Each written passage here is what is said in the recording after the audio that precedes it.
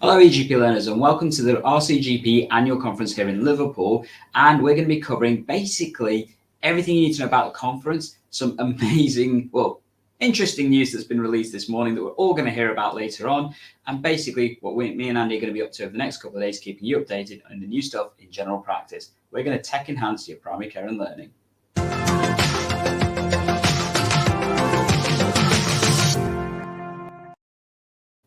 Hey GP learners, so we're live at the RCGP Annual Conference. We're here in Andy's hotel room and we're about to go through everything that we've got planned for the day, including, as many of you probably heard, the big news about the new document explaining all the new funding for general practice to improve access for patients and as well as supporting general practice.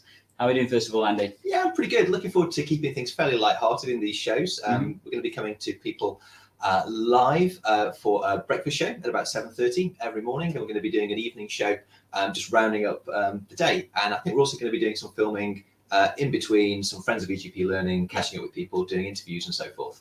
And we do give a slight apology if you feel these aren't as polished as our normal streams. We're doing this completely mobile, so we're, as you can tell, in a hotel room and stuff. We're using our laptops and everything else, but hopefully you'll find it really useful and enjoyable, and we've definitely got some information to share with you as well. So I'm excited to be keeping things a little bit light-hearted here with these shows at the conference. There's a danger that we get a little bit negative, so I'm trying to channel cruise TV. So if people have been on a cruise every morning and often in the evening, there's cruise TV, a little bit amateurish, but talks you through the activities that are happening on the ship during the day. So that's what I'm trying to challenge here. So how do you want to start this, Gandhi? Shall we go through the itinerary for the day, just see what's happening? Yep, so just to be clear, it's a two-day conference. Today's day one and tomorrow's day two, although there has been some pre-conference stuff and it was officially open last night. Me and Andy have already had an interesting conversation with the people beforehand, but today's the real conference kickoff, shall we say, and this is the itinerary that we've got. So let's start to zoom in and just see what's happening on the cruise ship that is the RCGP Annual Conference today, and maybe just highlight what we're going through really. So first up, we've got plenary with grandees from the college, and possibly and he's made it onto the agenda, the Right Honourable Sajid Javid, Secretary of State for Health, who will have an important announcement this morning that I think some of us have seen already. Yep, and we're going to come to that in a little bit more detail in a second, but clearly this is going to be a interesting morning for the entire of general practice. I think it's probably the best way of describing it. Just so everybody knows, we will be going through a deep dive through the document later on, and hopefully we'll have that episode out for you by Saturday, the latest, if we can. So not to worry if you don't want to read it. As usual, we're going to go through everything in more detail with our typical EGP Learning flair.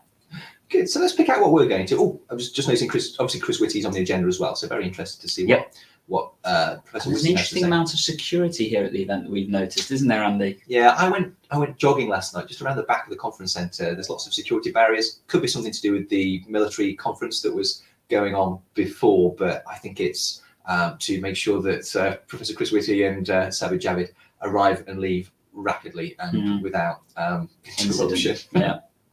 And then following that, we go into the clinical stuff of the conference itself. So me and Andy are kind of doing different sessions, although I think we're joining each other for the prescribing update, aren't we? Yeah. So let's just pick out what we're doing, actually. So I think I'm in the eczema. Okay, I'm off to go for a respiratory update. Fantastic. Yeah. And let's scroll through. So let's see what else is going on. Oh gosh, safety license. What I'm doing. So for those that haven't been to conference before, there's normally about 5 or 6 different streams happening at the same time, various different streams throughout with brief breaks in between to get from room to room. We then have the lunch break round about 1 o'clock, and then obviously similar sessions throughout the day. From memory serves me correctly, I'm doing a respiratory update followed by prescribing update that I know you're joining me for, because I think that's one of the only sessions we've both selected. And then later on, something about supporting new GPs. I wanted to have a look at that because of the mid-career fellowships and trailblazer fellowships we've got in our area. So I wanted a bit more idea of that. And a women's health update, because, women's health is always an area I need to keep up to date on. And I would do the women's health update as well. 2 sessions together. So 2 sessions together, good, yeah. And I think we met Kate yesterday, who's doing the women's health update. Tony. Yep. We also met someone called Kate in the bar last night at the Jury's Inn. But in terms of the sessions as well, so in between, as Andy said, we're going to be trying to come to you with basically interviews and opportunities to see what conference is actually like. So definitely make sure that you follow us for the next couple of days, because we'll be going on and off throughout the conference, as well as releasing recorded content for you, so you can see basic, or hopefully have a conference experience, despite not actually being here to join us and stuff. So we're going to have loads of stuff coming for you. We did also mention there's the interesting letter that we are hearing is going to be officially announced, shall we say, at conference shortly. Do we have a look at that, Andy? Yeah, so the first thing I saw this morning, well, hearing that Savage Javid was coming, I think we were anticipating a big announcement. I think it was widely anticipated that something was going to be said, possibly around GP access, because that's a really big issue for the country and in the general media at the moment, causing a lot of interest, shall we say. And so the first thing I saw on my phone this morning was there was a BBC article about a GP rescue plan to boost face-to-face consultations, is how it's being spun on the BBC at least. And this is with regards to this document that has been released this morning, which Gandhi's had a chance to read. Yeah, so I haven't had a chance to read. Document BW999. Interesting coding number there for, dialing up services and stuff, improving access for patients and supporting general practice. It's split into various different sections. There is an acknowledgement that general practice has been doing some amazing stuff over the past couple of years, despite all the negative media and the Daily Mail spin. It then talks about the plans for an additional 250 million to be spent from October to April to support general practice and improving access in particular. There's various different levels of this. And as I said, we're going to go into the document in much more detail in our deep dive review. One part I don't want people to forget, though, there is a section on this that is about supporting general practice to tackle some of the more abusive stuff that unfortunately many of us have been witnessed and unfortunately even experienced over the past few months, and the reiteration of the zero tolerance policy of the NHS. And that does, as it quite rightly points out, applies to general practice staff as well as clinicians as well.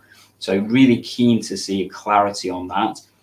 Have they done enough? Well, we'll find out when we go through the deep dive. But I want you to give me the headlines here. So the key questions in my mind, I've not read the document, are, so what's the value of the intervention? So it's the total value is 250 million. That's going to be allocated to CCGs as per weighted capitation. I'm assuming it's similar to the 120 million that we had at the beginning of the year. Downside, it's only till April. There's no clarity as to what happens after that. Okay, so winter pressure. It's a non-recurrent. Yeah. Part of the 5 billion for the NHS to get us through this difficult winter. And how much money is there for? I feel like I'm interviewing the Secretary of State. So how much money is there for the security of GP staff and personnel, Gandhi? 5 million, if I remember correctly, but I have read the document before my cup of tea, so please don't rely on my memory for that. But we are going to go into more detail. Yeah, and we need to divide by the number of practices, don't we, to really start to think about the impact. So, okay, so some positives, any stings in the tail that have jumped out at you? So there's definitely some stuff about those practices that may not have been doing as much contact with patients. And I like to call it the 20%ers, because you can see that number quite a lot in the document. But if you're in the lower 20% of all these different categories, then you're potentially at risk of not receiving that funding, and also unplanned CQC inspections. It's a lovely shackle they put on that one, I'm afraid. Yeah. You may not want to read this before your cup of tea. So if you've not been doing good access, you're at risk of not receiving money to improve your access. Okay, fantastic. It's often the way, isn't it? Okay, so that's probably just got people's spirits a little bit lower, but I'm hoping the next bit will hopefully raise people's spirits, although Twitter isn't necessarily all that well known for it. But we can have a look what's happening around the hashtag RCGP Annual Conference on Twitter. So just searching for that hashtag, looking for the top tweets. Shall we just see what people have been tweeting? And look, there we are. And if you tweet to that hashtag, there's a good chance that we'll and it gets some traction, we'll pick it up in the morning or the evening show. So, okay, there we are. Okay, fantastic.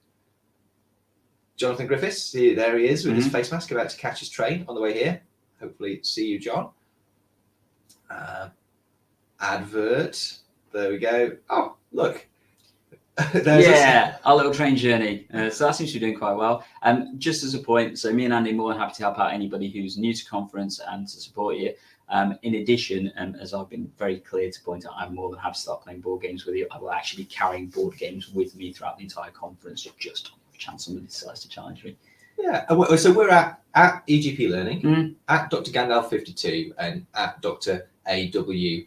Foster. We will be looking probably both lunchtimes at the conference to maybe say hello to some people and just have a chat to them. We'll have our camera there and maybe just get some reactions to what's happening at the conference. That'd be really, really nice to do. If you've got anything more interesting that you want to talk to us about, then maybe just see. We might be able to talk to everybody. Yep. But interested in doing some sort of short interviews if you've got something that you feel you want to share with the public. Absolutely. Richard Marr, he's often around on Twitter. There he is on the train as well. Lots of train shots. There's Jamie. That looks like the jury's in, based on Looks like getting a bit CSI on what's in the background there with the wheel. I think the angles work out. So Jamie is in, the jury's in, I think. Looks like it. And there we are. 4 games. Yeah. On the train. There's you again. Oh yeah. So the RCGP app apparently called me Hugh, and then it seemed to insinuate I was a 450 plus GP from south of the country. I don't know. I've managed to fix that now, by the way. Give it time. Might have been a few years. That could be you. But we'll see. So I think there's lots of stuff coming through. I think one of the key things that we'd like to emphasize to a lot of people is that in terms of the conference, we're going to be around to cover as much as we can throughout the conference itself.